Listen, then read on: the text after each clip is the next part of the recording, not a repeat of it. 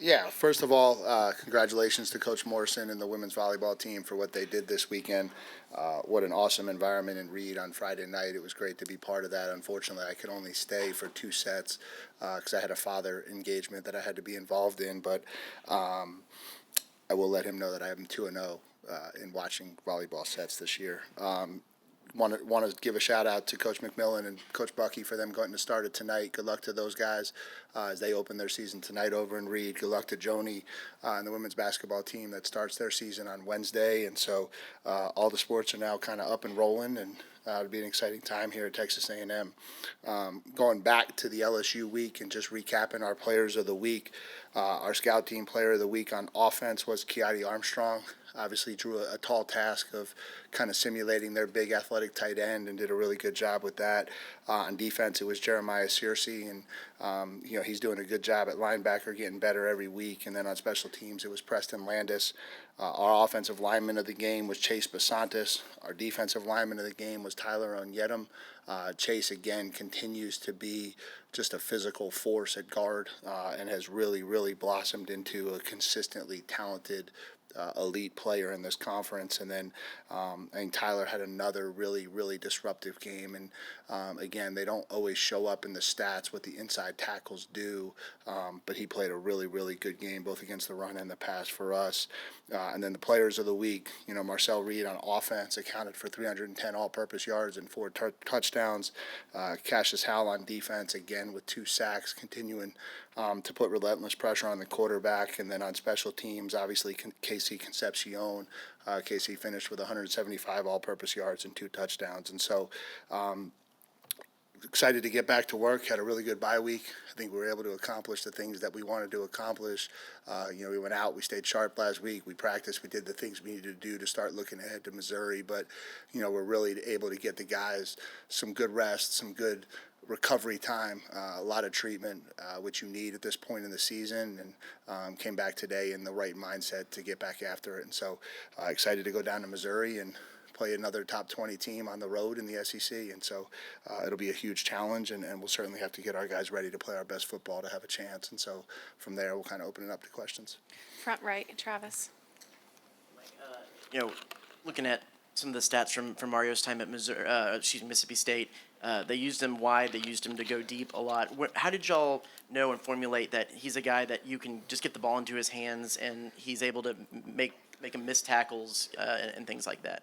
Yeah, I think practice always kind of reveals that stuff. I think, you guys have been out there a little bit. I think practice for us is extremely intense, and so you get a really good look at what kids are capable of when you kind of watch them go through spring ball and fall camp. And so, we realized how twitchy and athletic he was. We realized he was a kid who could really do a lot with the ball in his hands. I think maybe in the beginning of the year you started to realize like how elusive he was at getting himself out of tackles. I don't know how much that showed up until we started playing people for real. And obviously he's a really talented player, and you want your talented players to have the ball in their hands in space as much as you can. Those missed tackles, broken tackles, that stands out to you the most this season? Yeah, for sure. The Notre Dame game, I think, he makes that play on that sideline. I don't think there's a lot of people that I've been around that get out of that tackle with the power to get out of it and the balance to stay on their feet and finish that thing into the end zone. We'll go to the right, third row, David. Mike, a couple questions for you. Is it similar to the beginning of the season when preparing for a quarterback where there's not a lot of film this late in the year, though? Yeah, I think the only difference is I don't know how much you can change the structure of the offense. I think that when you get to this part in the season, and obviously I'm sure they will, they're coming off a bye week, and I'm sure they'll have their wrinkles and then build the thing around him as best they can. But, you've got 10 other guys out there who have 8 games of experience playing in a certain system, the certain kind of way. It's hard to deviate that. I'm sure what they'll do is try to tailor it to him, what he does well, what he's really capable of, and I'm sure anticipate that the 10 guys around him will step up and support him, and he'll go out and play a really good game with those guys as a tremendous supporting cast for him. Different question, but college football playoffs, this expanded version's only a year old. Do you have a set strategy, if you will, for peaking then? As could be half the season at this point. You still have a long way to go if it goes the way you want it to go. Yeah, no, I don't think so. And somebody asked me that last week too, like in terms of the peaking part, like it's such a hard thing to gauge. You know, you certainly don't go into the season when you look at, okay, we got to go to South Bend in week 3. We're going to identify week 9 as, you know, when we want to peak. I think you're trying to push this growth mindset in your program that, you know, we've got to come out of the blocks ready to go. You know, no team is their best version in the start of the season.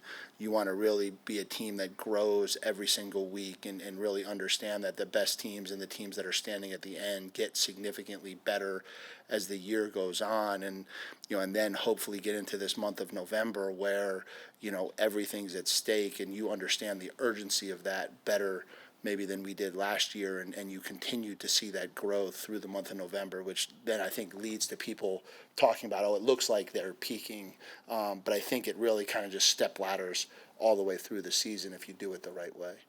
We'll go to the left second row, Alex.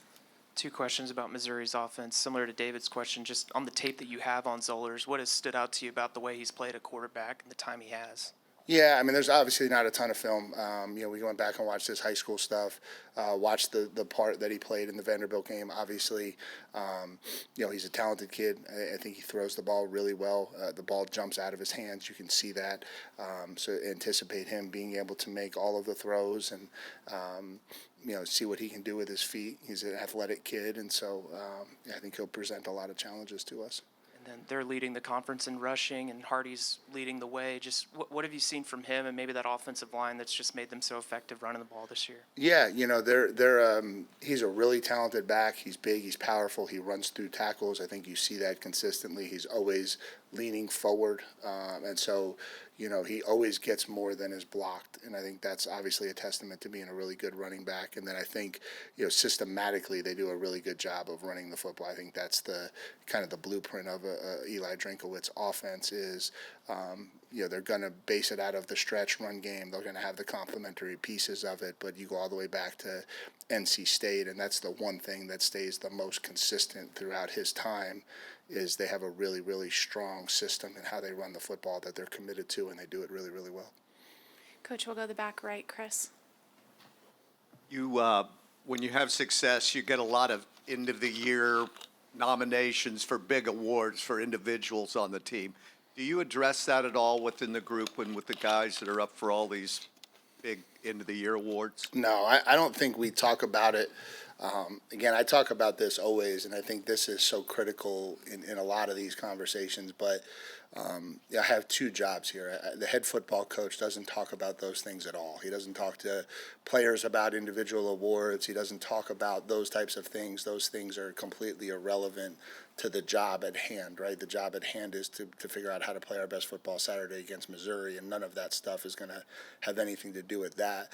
Then there's the CEO part of my job that it's my responsibility to push our players for those awards, right? And so behind the scenes with our media team, with our branding team, we want to make sure that we're doing the things as a program and as a university that we need to do for people to become aware of the types of seasons some of our guys are having, because it matters, right? It matters that our players get the recognition that they deserve for playing the way that they play. And, you know, those 2 things then become intermingled because in order for them to win any of those awards, they're going to have to play the next 4 games at a really high level, which means they're going to have to focus on one game at a time and the preparation and what it takes to go out and play really, really good football on Saturday. And so you kind of blend it all together that way. Front left, Tony. Obviously, you're facing a defense here that's like top 5 in the conference in a lot of categories. I'm curious to see the bye week. Does that help to kind of look at, you know, get that extra week to kind of work, or does it really matter? You know, the plan is what it is. Yeah, it's interesting because when they have the bye week too, it probably is kind of a balance. You know, we're going to look hard and look harder at what they do. They're going to have more time to adjust what they do, you know, and so those 2 things go hand in hand. I think it becomes a big advantage if you have a bye week and they don't, right, and you get 2 weeks to prepare and they only have 4 or 5 days. When you're working on the same timeline, it helps but you also then have to be ready for like what adjustments or what changes or what wrinkles are you going to see because they had the extra time to get ready as well. All the way in the back, Tyler. And Mike, you talked about your team, playing with a sense of urgency. Teams like Missouri that you're playing, they are desperate for wins. Well, mathematically, you guys aren't. It seems like your team has been playing, I don't know if desperate's the word, but with a sense of urgency. What do you attribute that to? Yeah, I think we are desperate.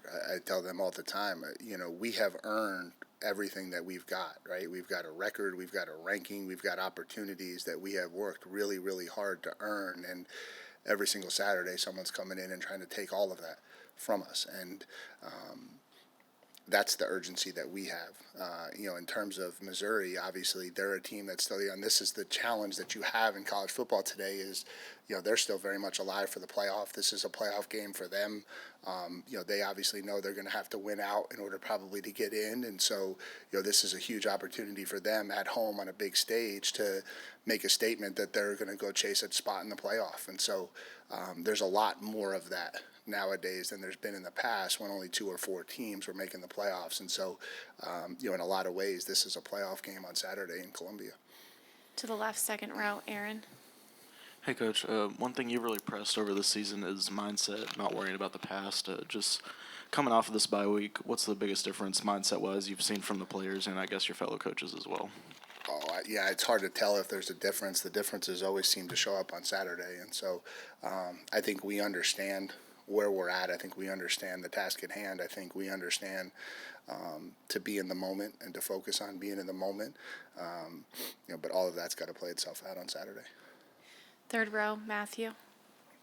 Coach Bateman talked a little bit last week about loving the intensity and attitude that Cassius plays with on the defense. How have you seen that attitude from your entire defense as a whole grow throughout the season? Yeah, I think the more at times that they've been able to have success breeds confidence, and confidence allows you to play with a little bit more of a swagger. And I think that's still, there's a consistency of all of that we're still searching and looking for. And certainly when we're able to get rolling like we have at times this year, you see that confidence build and that energy build, and that's when we're playing at our best. The challenge to those guys is to go do that consistently, start to finish, from the beginning to the end of a game. And we've done it at times, but probably not enough yet. We'll go back over to the right, second row, Carter. What do you think you guys got out of this past bye week in terms of what you guys focused on, and just how fresh would you say you guys are compared to just typical point of this season? I think we got rest and recovery. I think that was the goal. In terms of how fresh we are, I don't know. Obviously, energy is high because of the situation that we're in. If we were 3-5, I'm sure we would feel more tired. We would feel more fatigued. We wouldn't have as much energy going about our daily business. And so that plays a role for sure. And so I think it's hard to compare how fresh we really are. But certainly the bye came at a really good time for us as we head into this November stretch. And it was good to kind of unplug and recharge. And now that it's been a few weeks, is there an updated timetable that you expect Le'Veon Moss to come back? No, not yet. Do you think the regular season's a possibility at all? Yeah. Yeah, but the timeline's still exactly what we anticipated from the beginning. It's still too early to tell whether that's going to move or not. And so, we're hopeful that by the end of the regular season, we'll have a chance to get him back out there. Certainly, we feel very confident for anything beyond the end of the regular season if that presents itself. It's just still a little bit too early to tell how that will be and how it'll respond. We'll go to the fourth row on the left. Howdy, Coach. Can I talk about the challenges that the Missouri offense is gonna face for your for your defense, defensive challenges for A&M ahead of this game? Yeah, they're really talented. They do a really good job. They're coached exceptionally well. They're really good on the line of scrimmage. They got a really talented back. They got an elite wide receiver, and they got really good tight ends. And we're on the road, and they're really good. Front right, Mark. Mike, you had 2 freshmen out there on defense for critical points against LSU, Marco Jones and Noah McHale. Obviously, these were guys that were highly rated coming out of high school, but can you talk a little bit about how they've impressed you, if they have, with their rapid development. Yeah, I think it's a testament to how much better you can get during the season, if you continue to put your head down and work. And that's been really cool to see from both of those guys. And both of them have had, different packages or different roles at different times throughout the year. And, Noah's has kind of been as a third backer, in opportunities or times where we've needed a third backer on the field. Noah's really been able to step in and fill that role for us. And so that presented itself. They got into some multiple tight end packages inside the red zone, and, that gave him an opportunity. And obviously he went out there and made the most of it. And he's a kid that just continues to get better every single week and gets more and more comfortable in the base down system and what we're trying to do. And so he's certainly a kid that we have a lot of confidence in. And then Marco has kind of been and I don't want to use the word role player because that doesn't do the justice that it deserves, but a guy that has gone in there for a handful of snaps here and there and given us rush and given us, as drives extend, he becomes a rally guy for us. And so again, another kid that we have a lot of confidence going to whenever we need to. And I think just with the way the snap counts were, he was out there at a critical time in the LSU game. Back over to the left, fourth row, Rob. Howdy, Coach. Howdy. So we got via the Pulse, we got a sneak peek at your halftime speech at LSU. And basically talked about how the fact that even with all the mistakes, they were just up by 4. The big deal has been about finishing, but with no momentum going to that second half, how proud are you of your guys that they responded, that you said you've got to go make game-winning plays, and they went out there and did it, and you said that we'd run them out of the building, and you did. Yeah, I don't remember anything I said at halftime. I think I think this, and I'm chuckling a little bit because of this. I think we have done a really, really good job at times this year of responding. When things weren't going our way, when we needed to step up and elevate our game and make plays, we've done that, right? We did it at Notre Dame. We certainly did it a bunch on offense at Arkansas. We did it on defense at Auburn. We did it in the second half against LSU. My chuckle a little bit is I kind of wish at times we would stop putting ourselves into some of those positions. Some of the reasons why we have to respond is because of some of the things that we still do to ourselves. And so I think the inner competitor kind of wants us to stop doing that. But again, we'll probably never be to the level I want us to be. I have a very, very high standard. The kids know that. And so, when we do get into those situations where we need to make plays, we've responded in a really positive way. To the right, second row, Olin. Yeah, Mike, coming into the year, we expected the offensive line to be really good, and they have been.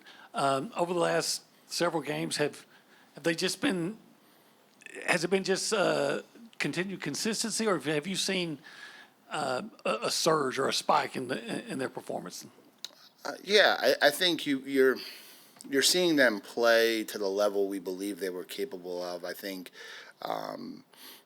they're a veteran group, and so, they were excited to get into SEC play, and I think that was part of what we went through a little bit at the beginning of the year, which was, no disrespect to anybody, but I think there was some big games on the schedule, some games that our guys were looking forward to, and we kind of, built our way into the season, it felt like a little bit in terms of how well we were playing, and as we've hit the part of the season where it's full all-in SEC play and the line of scrimmage is critical, I think our offensive line has elevated to that challenge, and I think you've seen them go out and play really well. Now they have a massive challenge in front of them this year. This is the best defensive line that we've seen to date. They're an extremely talented group. They've got 2 of the best edge rushers in the country, and so we're going to have our hands full on Saturday in Columbia. Would you think for that offensive line, is it a greater asset, their experience, or their physicality? Oh, I'll take physicality over experience all the time.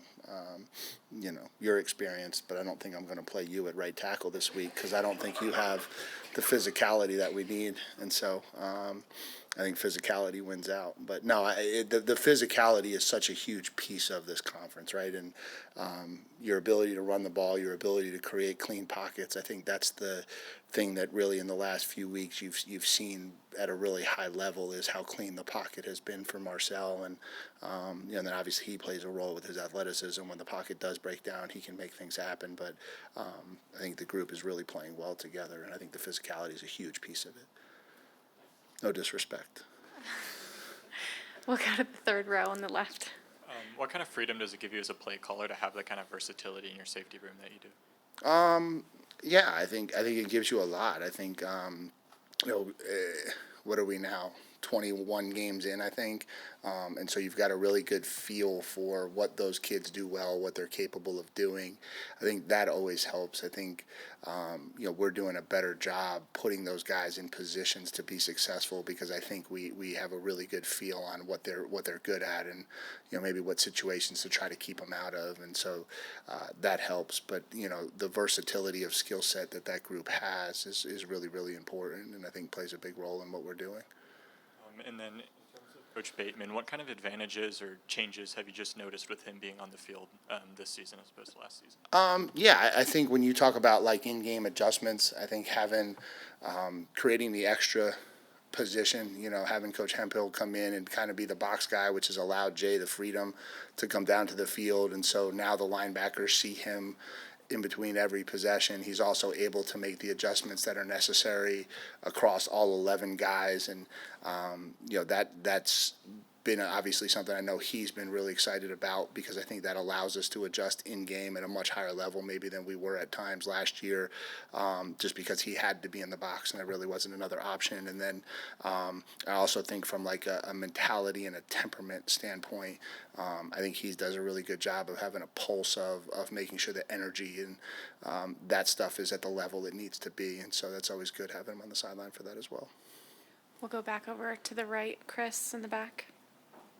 Coach, you've had a couple of punts blocked. Has that led to any personnel changes or schemes in how you protect? No, I think from our perspective, it's execution that needs to improve. I don't think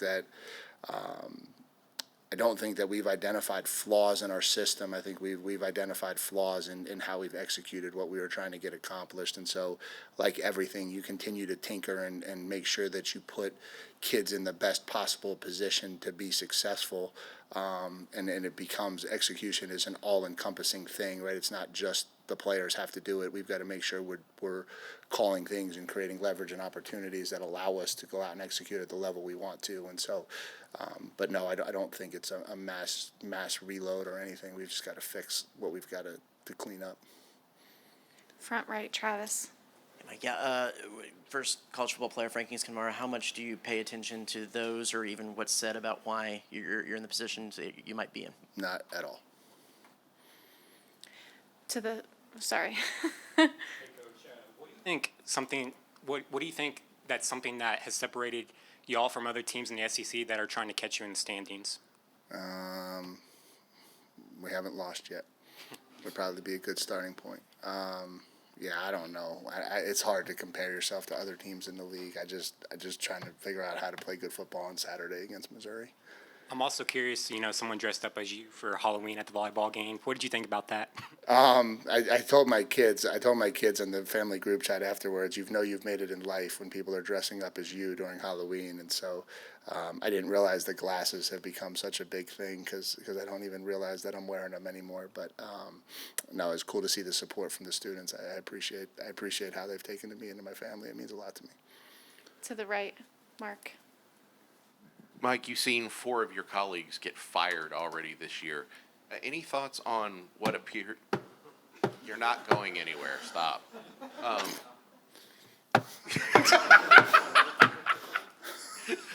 Anyway, any thoughts about what seems to be an increasingly quick trigger to get rid of guys that have otherwise had some fairly decent success? Yeah, I think you're giving a good platform for me to make a case for myself, so I'm going to do that right now. I think this is what I've said a lot about this, and I really truly believe this, Mark. I think people are having a really hard time adjusting to what is becoming a new era of college football. Like if you look at the SEC, I was just reading some of these stats. I think I read somewhere that there's been like 27 one-score games in the SEC this year, more than we've had in a really long time. I think there were 6 games last week, 5 of them came down to one-score games. The parity in this conference is at an all-time high. And so when you look at it week in and week out, I think people are still looking for the days when the best team went out and won by 40 every week, and 12-0, 11-1 were kind of the standard of what was good.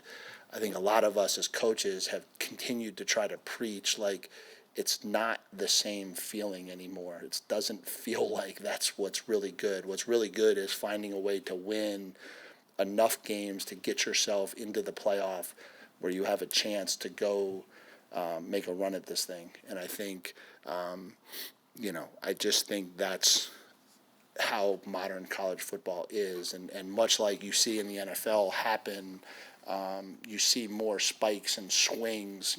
Team makes the Super Bowl, maybe doesn't make the playoff the next year, bounces back and goes to the Super Bowl. You see that consistently at times in the NFL because of the parity, because of how hard it is to win. That's what's creeping into college football, and I'm not sure that everyone from a fan base, from a supporter, has identified that. And so my opportunity to maybe preach. Anything else for Coach? Good. Oh, one more. Run more. Just under the whistle. No. Right here. We can do Rob. that one too. Go ahead. Oh, I'm sorry. Donna, I didn't see you back there. All good. I know the lights are getting That's away. okay. Just wanted to ask you about, we've talked about the physicality that this defensive line has shown this year and last year too, but what is it about Coach Spencer that's made him so successful seemingly to develop all this talent? Yeah, I think it's a collaborative group. I think obviously he does a really good job with the culture and the energy in the room. I think we made a little bit of a shift to get Coach Stan Watson a little bit more involved with our edges this year. I think that's paid off at a really high level, and then I think what Coach Tony Girardetti brings to the table is really good too. And so I think we've got 3 really good football coaches in that room, and I think they collectively do a really, really good job with their piece of building the culture, the physicality, the toughness that we're looking for. And then we'll finish it out with Rob. Coach Morrison made a comment that he feels like it's a really special deal here at A&M with all the head coaches and how they're all supporting each other. Do you kind of feel that? Would you speak upon that? Yeah, I think we all kind of identify what it's like to be a coach in these high levels. I think we all have aspirations for our programs to be elite. We talk about culture within our program, and I think it's as important that we have culture within our department, and it's all the same. I think we're all extremely competitive. We all want what's best for us, but we also want what's best for everybody else too, and you want to see everybody else succeed. And so I think when coaches can get together collaboratively in an athletic department and do that, it certainly makes it a lot easier for us to get in front of our team and ask for the same thing from them. And so and I think it helps I think a lot has been made about me and what I've done, but honestly, I'm just a big sports fan, and so I enjoy being at sporting events. I enjoy supporting our teams. I don't do it for show. I do it because I appreciate what they're doing and what they're putting into it, and any chance I get to go out and support, I'd love to take it. All right. Thank you, Coach. Thank you, guys.